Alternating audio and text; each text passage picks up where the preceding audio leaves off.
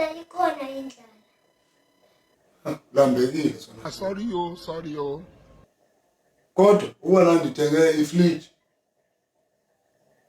ekhawulezisayo ngengekho le ndaba. Le fridge ndiyithengile iyacotha uvelisa ukutya. Ifridge yantoni ungavele uthenge ukutya ukufake efrijini?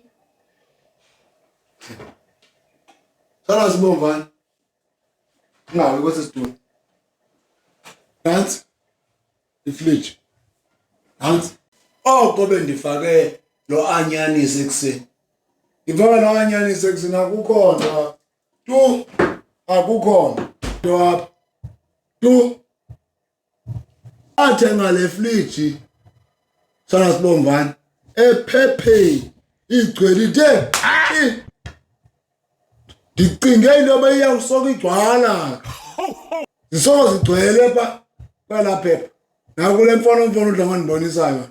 Utheni ngiyadicalele apho ndifake lo anyane zinezimbodlela apha. Iyeza lami locima qha ndilihlalise apha. Yo tata ifridge yakhe yavelisa ukutya. Hayi tata ngumhlola wantwana lo uthethayo. Ifridge ayidlali kutya. Thenga ukutya uyeke ubala igqolo. Igqolo lantoni na? Sana sibomvana. Singabe John. Ayigcwali. Ayigcwali mazenzile mhlawumbe ayizali ngabi izalele kule yakho lo mfazi. Yazi sawutya ntoni. Tu. Yes, sawutya ntoni.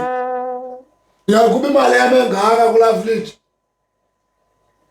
Imali yami engaka ndiyigqibele kula fridge. Ndiyibonile ephepheni uba kugcwele ekubona amagranqa pha. Amaqanda ukunyama kula ekekisi. Tata buyisa unyawo. Ingathi uyaqhawukela. Hayi kuthini? Ubosapha kum ndikuthengele izinto. Nanginika mali. Nika wena imali. Ukhapha iteksi kakade.